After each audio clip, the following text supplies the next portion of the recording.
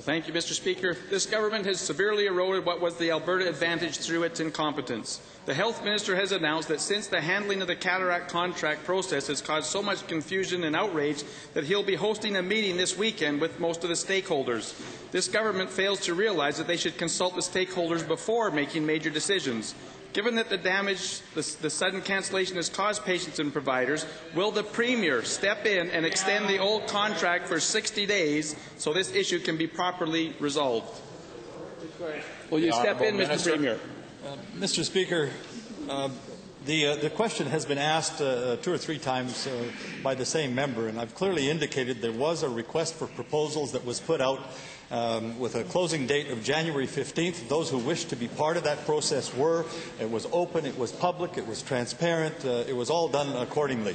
However, there is a second blitz coming up, and that will include additional opportunities, and that's one of the reasons why we're meeting on Saturday, is to provide everybody with that information. Honourable member. Mr. Speaker, that's why I asked the Premier. But given that this government continues to make flawed decisions behind closed doors, will the Premier clear the air on this process, and will he have his Health Minister table those RFPs as the Health Care Act legislates so the right decision will be made rather than the bad political ones behind closed doors?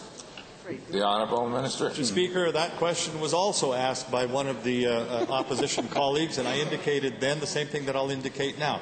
I will look into this matter further. Member.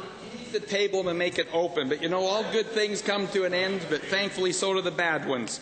Given that the only procedure that will fix this government's vision is one that the citizens of Alberta will perform at the next election, can the Premier promise that this appointment will not be rescheduled from the spring of 2012?